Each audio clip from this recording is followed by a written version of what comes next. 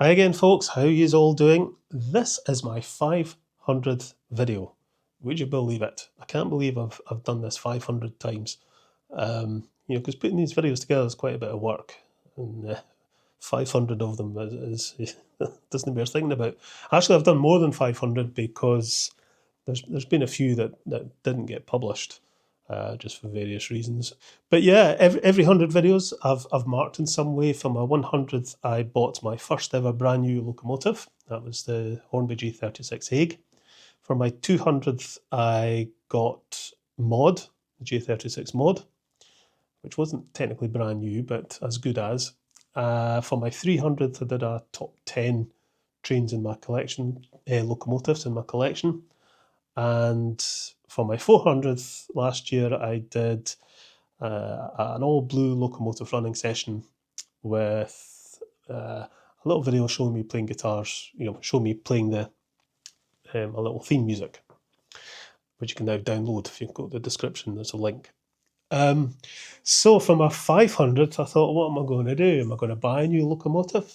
And that was my first thought. I thought, yeah, I'll buy a locomotive. I haven't bought a brand new one for a while, but I was kind of stuck of what to get. All the locomotives that I really want aren't available yet. Some of them are available in pre-order, but they're not available yet, or they're sold out. So I was a wee bit stuck, and I was trying to think of something. I did think about a Ginty, a Bachmann Ginty, but the more I looked into them, the more I thought, no bearings and a bit of an iffy motor. I don't know. Rails of Sheffield are selling them pretty cheap just now, but yeah, I thought, no, not for my 500. I did seriously think about Tornado. It'd be the Hornby Tornado, because it's the only one in the livery I want. But again, it's a Railroad Plus model. I think it's fine, and I still might get that. I'm still considering that as a possible birthday present in March, because Model Rail Scotland this year falls after my birthday. In the past, it's always fallen before, so I could buy myself a birthday present when I was at Model Rail Scotland. But this year, no, can't do that. So yeah, Tornadoes is a possibility for my birthday. But other than that, I couldn't think of any locomotives, so I thought, well, okay, we'll do something else. I then thought about doing a sort of behind the scenes video, a making of video, how, let you see all the work that I do to create these videos. And I actually started filming that. I started doing some footage of it, but I quickly realised that was going to be a bit of a nightmare to do.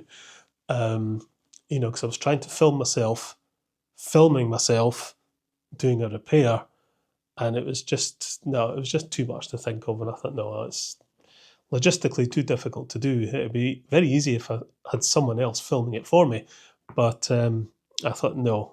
Plus, I think it would probably end up being a bit boring. I mean, I may still do it because it would be quite interesting to do and let you see just what goes into putting these videos together, because it is a lot of work.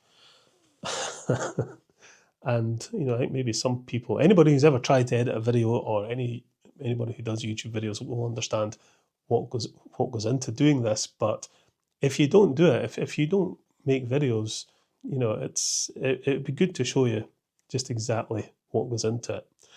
So I may still do that at some point. So I was a bit stuck about what to do for this video, and then I was raking through Rails of Sheffield, just looking at the locomotives, just in the off chance that was something. But I was thinking, I want something new, that's affordable. I want something that, a locomotive that ran in Scotland. I want it to be a really nice looking locomotive. I want it to be something a little bit special, something a little bit out of the ordinary, maybe. I thought, there's no chance I'm going to get anything that fits that criteria. But I was looking anyway, and then I spotted the locomotive that is sitting in the shed right now, waiting to come out. And I saw it, and I thought, oh, I didn't know that model existed. Isn't that strange? I've seen so many models, worked on so many, and seen so many running and all this. I'd never seen or heard of this model. And I saw it, and I just thought, please be in stock. scrolled down, in stock, reasonable price, bang, buy. Can you guess what it is? Okay then, let's see what I've bought myself.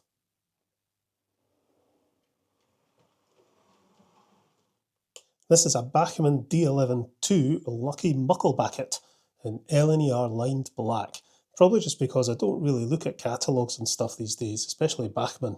If I did, I'd probably be pre-ordering all sorts. But if I'd seen this model at an exhibition or in a shop or even seen it online, I'd almost certainly have bought it. I don't have a 440 Locomotive in my fleet just now, so this is a very welcome addition.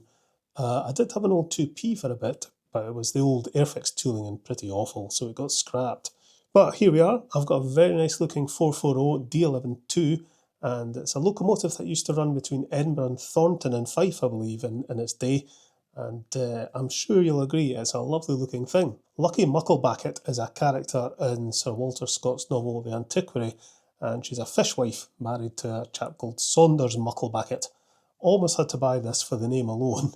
Lucky was an old Scots nickname for a mistress or a female innkeeper, and Mucklebacket basically means big back.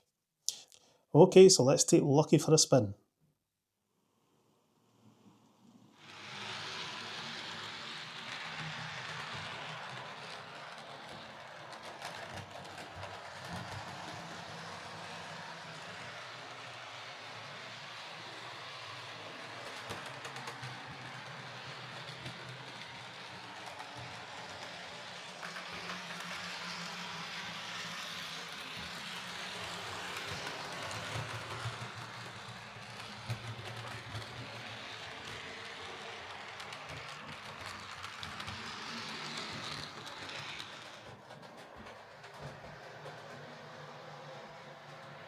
Yeah, she runs very nicely and really looks the part.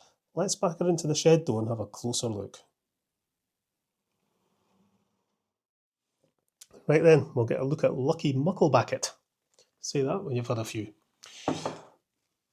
Alright, okay, so yeah, it's a very nice looking model.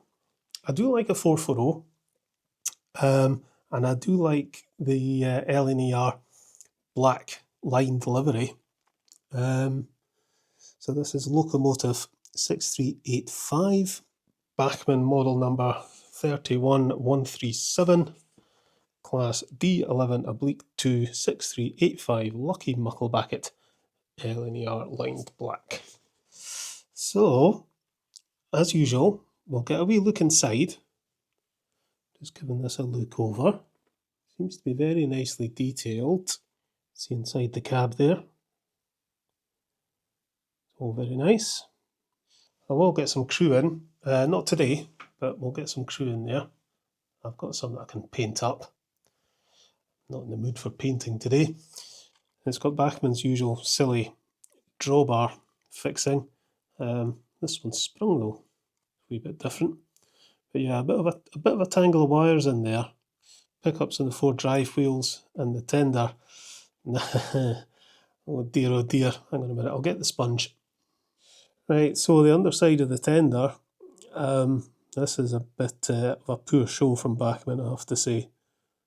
And I'm being polite in saying that. First of all, these axles are like the plastic ones you get in a split chassis model. And this one's actually split. And that one's beginning to split. And that one's beginning to split.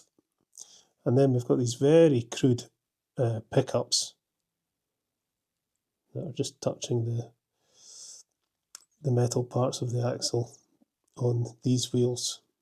So yeah, eventually these will split and the wheels will start to get all wobbly and the wheel spacing will go out. It'll be okay for a wee while, but yeah, that's not good at all. I think I'll look to see what I can get to replace those axles. Get some rigid plastic tubing of some sort. Front bogie seems okay, but yeah, Bachmann, what were you thinking? But yeah, I didn't pay a huge amount of money for this, so I'm not, I'm not bothered about it. But yeah, that's not good from Bachmann. Right, okay, how do we get into this? So So there's a screw at the front there, but I think it's that one's probably going to release the chassis from the body, I think. And there's a screw in amongst the wires in there. So we'll undo those and see what happens. Do this one first, which is quite loose. Undo that. And then I think this will lift out. Yes. There we go. That's out of the way. Nice die-cast body, so it's a good weight. Alright, what have we got here? I won't twist the wires, we'll turn it all around. Oh, right, it's one of those. So it's one of those motors, not the best, but at least the gearbox is encased. That's good, and we've got a wee hole in the top there for getting some oil in. So that means the DCC Hoojimadoojery must be inside the tender. So we'll open up the tender just to see what is going on in here.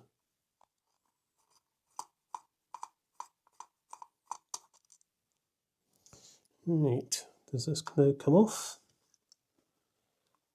Very gentle. There we go.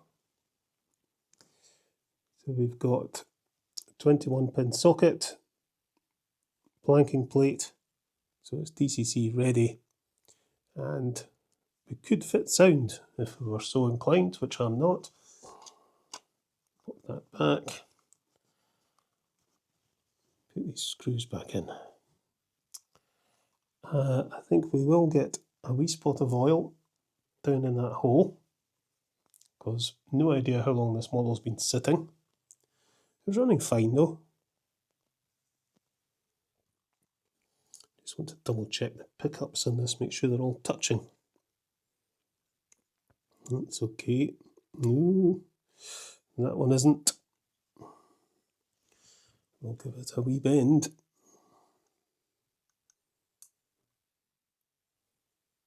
It's better.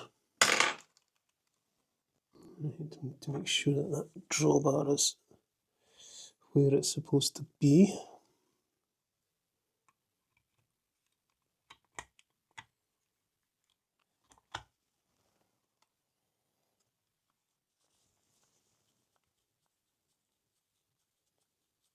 Okay, what's in the detail pack in the box?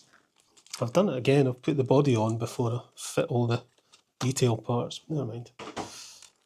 There's little lamps and all sorts of things. I think we'll take the coupling off the front and we'll put the little hook in.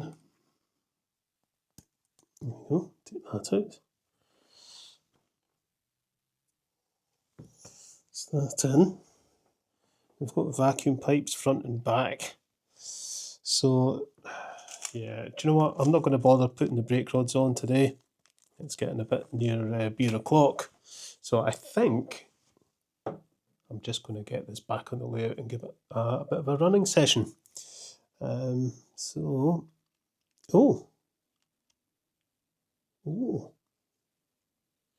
I don't think I've had this on a model before. We've got an opening smoke box. I don't think any of my models do that. I've not seen that before. It's a nice little touch. Just something else to get broken, to be honest, but yeah, it's nice. Right, I'm not going to fiddle about with this anymore. I've had a look inside, given it a wee spot of oil, removed the front coupling. Let's just pull this out of the shed.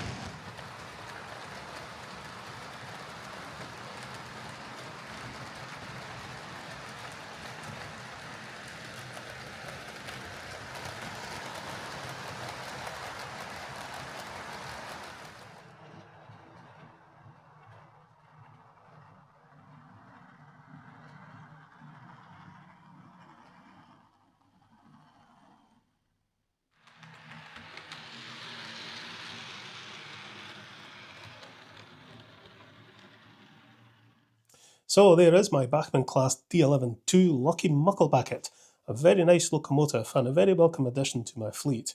It's a bit of a budget model from Bachmann, it has to be said. The tender axles and pickups are ridiculous in this day and age, and it's not the best motor in the world.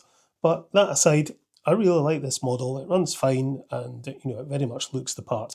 I remembered I had some pre-painted Bachmann crews, so they've now been put in place. Now then, I've got something else to show you. So yesterday I was at the toy fair in Musselburgh. Now it's the first time I've been to one of these toy fairs. I've been to a few model railway exhibitions, but not one of these toy fairs that has all sorts of stuff. Yeah, it was quite nostalgic seeing a lot of the toys I used to have when I was a wee boy. Action Men and Captain Scarlet stuff, and it was fun. But did I pick anything up? Of course I did. Another 37. This is a Lima 37 in EWS livery. It was boxed and it was going for 32 quid. So I grabbed it. So yeah, my 37 collection is growing. So yesterday I put a CD motor into this, as I always do with Lima diesels, and this runs absolutely fine, and it's in absolutely perfect as new condition. I didn't film doing the conversion because you've seen me do it often enough, but the motor on this was completely seized up, just through it never ever having been run. I don't think this has ever seen a track. But the CD motor's in. Let's go and give this a quick run on the layout.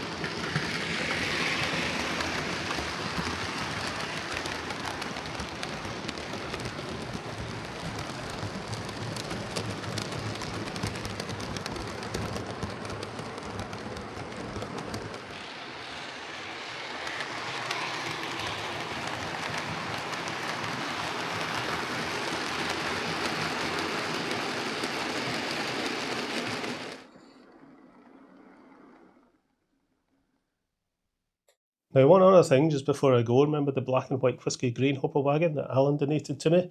And I was saying that I really wanted to get a bottle of black and white whiskey because I'd never even seen a bottle anywhere. Got one. Yeah, it's available online. It is, it's distilled in Scotland. It's Scotch whiskey. It's a blend, but it's made for export only apparently. But you can buy it online. I got this from, I think it was Spiritly, I think.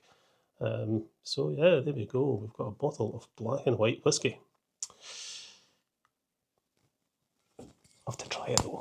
Let's give it a wee shot. I do like my whiskey, and I'm not a whiskey snob. I'm not. It has to be a single malt. There are many whiskies I like. So let's give this a wee shot. I love that sound of a first pour from a bottle of whiskey.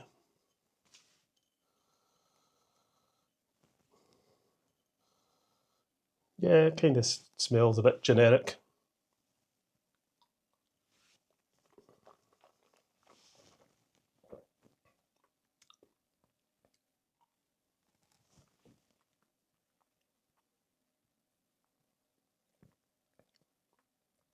It's perfectly drinkable. It's kind of a typical blend. It's kind of neither one thing nor the other. It's quite nice actually. It's got a. You always have to wait with whiskey because the flavours sometimes hit afterwards. Yeah, it's quite malty. Tastes kind of like a lowland, which I really like. Somewhere between a lowland and a Speyside, I would say.